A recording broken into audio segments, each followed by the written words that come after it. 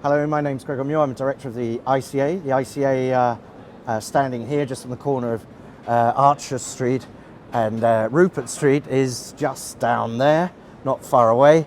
And I'm in the heartlands of Soho presently, and we're about to go to a building called Kemp House, which looms large behind me, a council tower block, which is where the writer Geoffrey Bernard lived and worked and died. Died there having come to Soho in 1946, where he claimed to have never looked forward, and he became so embedded in Soho that he became its sort of prodigal son. Everyone of my generation may recall him. I certainly remember seeing him pretty much every night in the Coach and Horses. He could be found at a pub just off Old Compton Street, pretty much embedded at one end of the bar. He was a notorious alcoholic. Eventually plays were written about him. Geoffrey Bernard is unwell, and since his death, there's been a sort of change in Soho, and in a way I wanted to sort of draw the spotlight back on what it was about Soho that made it such an interesting place, why it was creatively so fascinating, not just for writers, but certainly for artists. There hadn't been artists here for a long time, but it's still nevertheless a place that we associate with creativity. St. Martin's College was here. You can imagine Alexander McQueen walking around here, John Galliano, there are others, great artists, Peter Doig going all the way through to Lucian Freud, Francis Bacon and so on. And I think at the end of the day, that's all now gone. But at the same time, just wanted to draw, as I say, a little bit of light back onto why Soho means a lot to people like me. Hello, come Hi, in. Esther. Thank you so much for this. Thank you very much for letting us into your home. That's very sweet of you. Thank you as well Thank for you. coming. Thank you. The former house of Mr. Bernard. The difference between meeting Geoffrey and reading him, there is a strange disjunction because the writing is so full of humanity in a way, and he spoke his mind, and sometimes his mind was somewhat elsewhere after lunch. And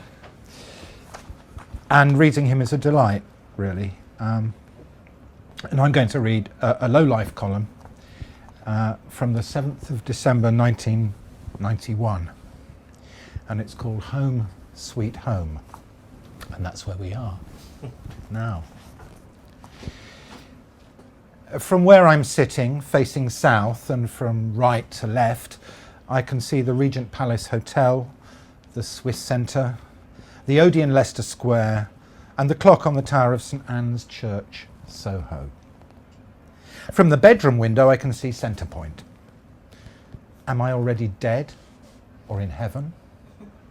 I've seen the Rockies, steamed up the Mississippi, down the Nile, entered the temples of Thailand, the Hermitage in St. Petersburg, walked on the gallops by Landbourne at dawn, seen storms at sea, sunsets in the West Indies, women who could break your heart from 100 miles. But never, ever have I seen anything quite so stunningly beautiful as the rotting fruit and vegetables in Berwick Street Market, just outside the front door of this block of flats. Home, sweet home. At last. Not even Ulysses had to live out of carrier bags for 5 years. Neither did he have to put up with the landlords, landladies, neighbours and household pets that I have had to endure. There was a dog in Kentish Town that used to evacuate its bowels every morning on the lupins in the garden. That was as painful as seeing any work of art destroyed. There was the woman in the basement in West Hampstead whose screams of ecstasy made my bedroom windows rattle. In Covent Garden, I was cheated out of £1,000. Then there was the peeping Tom of Maida Vale, and the landlady who disappeared with my 650 quid deposit. After that, there was the tower block in Westminster, whose windows persistently beckoned me to jump. As I've said before, it's only been the joint efforts of Keith Waterhouse and Peter O'Toole that have prevented me from going quite bananas. And what strange spin-offs there have been from the play. Yesterday, a company that makes films for television telephoned to ask me if I'd be willing to recite, so to speak, my obituary to camera. Since they pay properly, I said I would be willing, but I'm horribly suspicious about it. One more trip down a staircase or off a pavement could do it for real. I shall sit here and stare at the backside of the Regent Palace. My brother Oliver sent me a card yesterday saying, "There's no place like home, so don't go out for a few weeks." He's very likely right, but it's tempting and like a breath of fresh air to me to step outside into the squalor of Soho. No more taxis, thank God, and no more thanking me for not smoking. The only cloud I can see on the horizon is the prospect of another 6 sittings for the portrait. I don't suppose it ever occurred to anybody that having your portrait painted entails wearing the same clothes for every wretched sitting. And now the man who commissioned the picture wants my daughter to sit for the artist, Michael Corkery. I'm sure she will, but the trick is to find her. I'm damned if I can. And I need her help to unpack some things that have been in store for an age and to open the champagne I have on ice.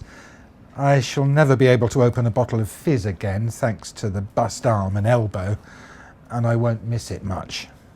But a flat in Soho needs a christening. So, Isabel, if you are reading me loud and clear, for God's sake telephone me. Where? In the bloody Coach and Horses.